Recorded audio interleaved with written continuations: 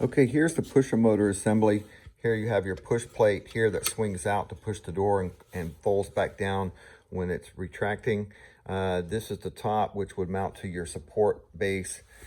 The motor's over here, threaded rod, thrust bearings, etc., shaft coupler. So this motor hasn't been mounted into an assembly yet, but that's the motor for door pusher number 2, because there's one on each side. This motor is representing the motor on the door that's controlling the doors. Here's the master controller. Here's the circuitry for the pusher motor stuff. So this will be in a separate box. So the doors are currently in a test, fully open position.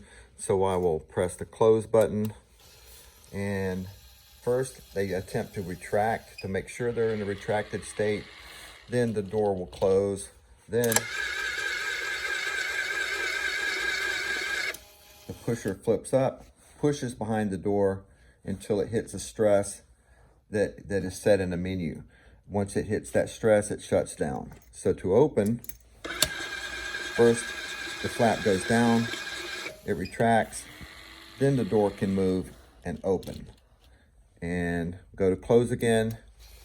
First, it makes sure that it's in a fully open state for the pushers. The door closes.